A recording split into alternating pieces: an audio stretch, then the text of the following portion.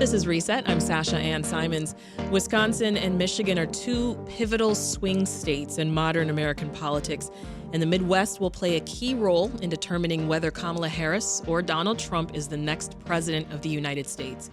In fact, our region has long been on the forefront of social movements and political organizing, and this election season is no exception. From the uncommitted movement in Michigan to labor organizing in Minnesota, to efforts even closer to home, the Midwest is making its mark. So how are Illinois and other Midwestern states shaping the 2024 race? To discuss, we are joined by Alex Hahn, who's executive director of In These Times magazine, Iman Abdelhadi, who's assistant professor of sociology at the University of Chicago, and Gabriel Wynant, who's associate professor of history at U of C. Welcome, everyone. Thank you. Good to see you. Thank you for having us. Alex, I'll start with you. In These Times is a progressive magazine. It's focused on the American left. It often publishes stories on labor and racial and economic justice. The current issue, it's called A Midwest Rising. Tell us why that is the organizing principle for the latest edition. What is rising in the Midwest? Well, first of all, Sasha, I hear it's your birthday, so I want to wish you a happy birthday. Thank you so much, Thanks for having Alex. me. Thanks for having us here. Thanks you. You know, In These Times, there is a magazine that's been around for almost 50 years. We are based here in Chicago. I became executive director about a year and a half ago after almost 20 years of being a labor organizer, an elected union officer, community and political organizer, mostly here in Chicago and around the Midwest. And it's a unique project in that it is based in Chicago. It's a unique project in that it is somewhere, outside of the New York, D.C., kind of West Coast axis. And we really wanted to think about, where is change actually happening?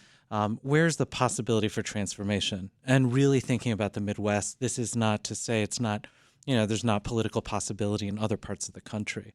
But really thinking about, things like the Chicago Teachers Union, over the last 12 years, really leading and helping to create a labor movement that was not just more militant, but a labor movement that was really thinking about its connections with community, both the community it serves and a broader set of issues. Yeah.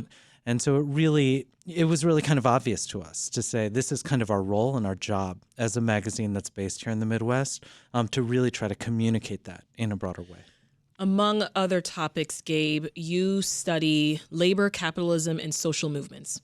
Now, the Midwest has always, as I said, played this big role when it comes to political power and organizing. Dig into that for us. How so?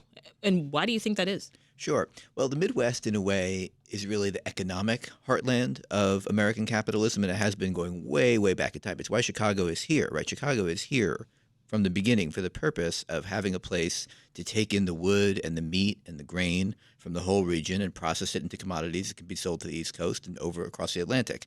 And for that reason, there have always been wave after wave after wave of people coming here to the cities of this region, right? If you just think about Chicago, I'll just run down a list and think people, recognize what I'm talking about, right? Germans and Irish in the middle and late 19th century, Italians, Bohemians, Jews in the late 19th, early 20th, Poles, and then, across the 20th century, Mexicans, Puerto Ricans, Middle Eastern and North Africans, South Asians, right? Just waves of people coming here because there's work to do.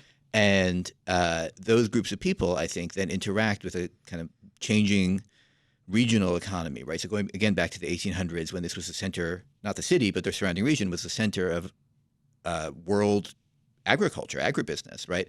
And there were huge farmers' movements. Then those allied with the workers' movements in the cities. And then, there were, across the 20th century, there were huge heavy industries here in the city, meat packing, steel, right, using those resources coming in from the region. And the meat packing workers and the steel workers organized unions and led major kind of struggles for economic justice, for racial justice, for civil rights. And so I think it's helpful to think of it almost like an archaeological site, right, where you have layer on layer on layer. And those layers aren't just dead and gone, right? I mean, they are more or less active, but people draw on those histories, right? Well, to that end, Gabe, how do you see the Midwest then impacting this 2024 race? Right. So there's, I think, a couple of different levels to it, right? One is like the older histories, especially of industrial workers and their organizations. Sean Fain, the auto workers leader, spoke last night at the DNC, right? And the UAW, more than anything else, is a Midwestern union. Yeah. And, Michigan, Wisconsin, right? These are swing states, as you were saying, where those kinds of industrial workers still have an important role to play. But at the same time, there are fewer workers like that in Wisconsin or Michigan than there used to be. And there are newer generations. A lot of them are immigrants, right, who are working in industries like home health care, for example, in nursing homes and hospitals, working in food service. And, I think what the challenge for the progressive movement and for labor unions has been, and I think the UAW is a really good example of an organization confronting this challenge, is to bridge across those different generations, across those different layers, and to actually bring them together into a coalition.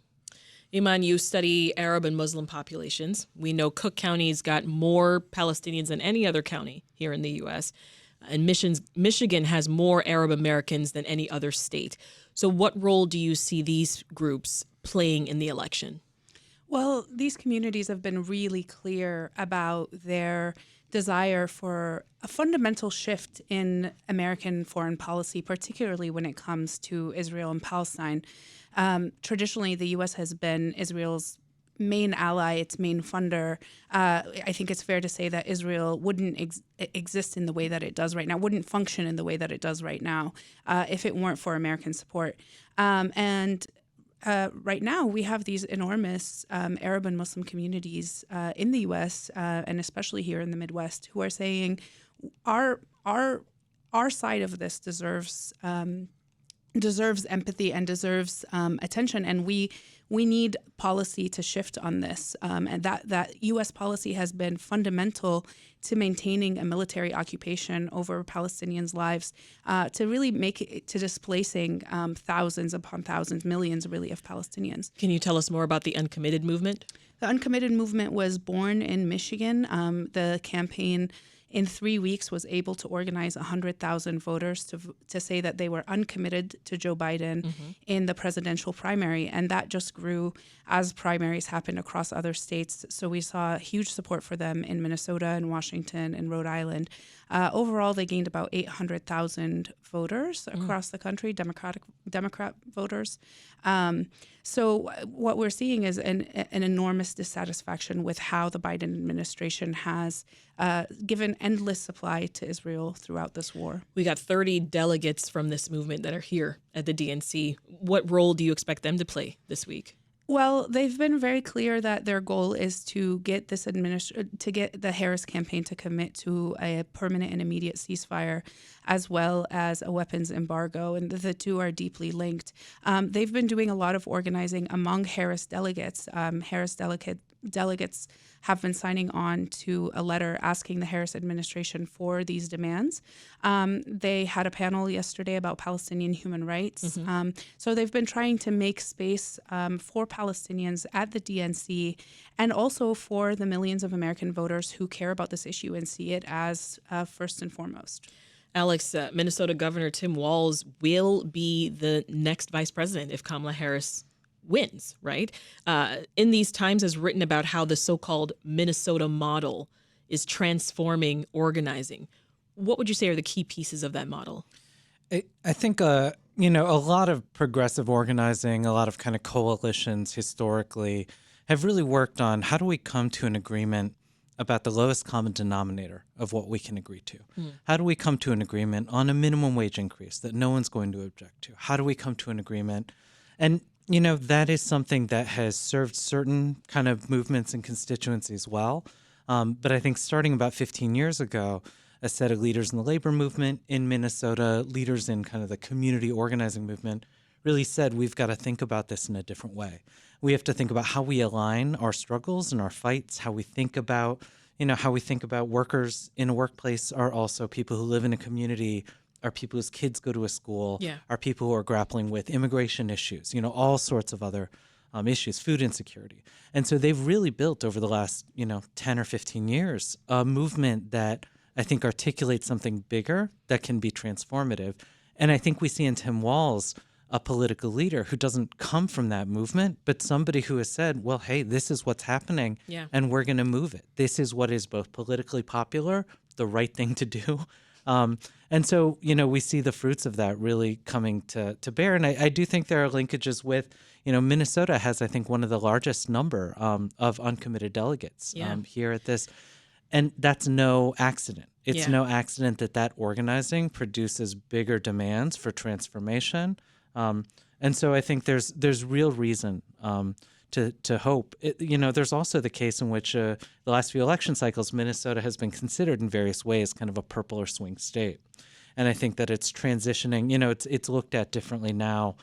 And so again, all of this work, this kind of organizing, thinking about, the George Floyd uprising in 2020, thinking about the different moments when, historical parallels would say this is when movements fall apart, when things get very sharp and difficult. But if people are moving in the same direction, if different movements and organizations are moving in the same direction, it's easier to keep those things together and say we need to keep building power. If you're just tuning in, this is Reset. I'm Sasha-Ann Simons. The Midwest, it's not often a part of the country that gets a lot of attention. However, over the past few years, we've seen an obvious rise in the movement building that's sweeping across the country. We're discussing that with our guests, Alex Hahn, who's executive director of In These Times magazine, Iman Abdelhadi, who's assistant professor of sociology at the University of Chicago, and Gabriel Wynant, who's an associate professor of history at U of C. Now, in recent days, Gabe, we've seen Vice President Harris kind of slowly begin to hint at policy positions, right? We've been waiting, and here they come, right? A little bit. For instance, she wants to tackle high food prices, grocery prices. What do you make of what she's had to say about the economy so far, and what could she say that might resonate with us here in the Midwest?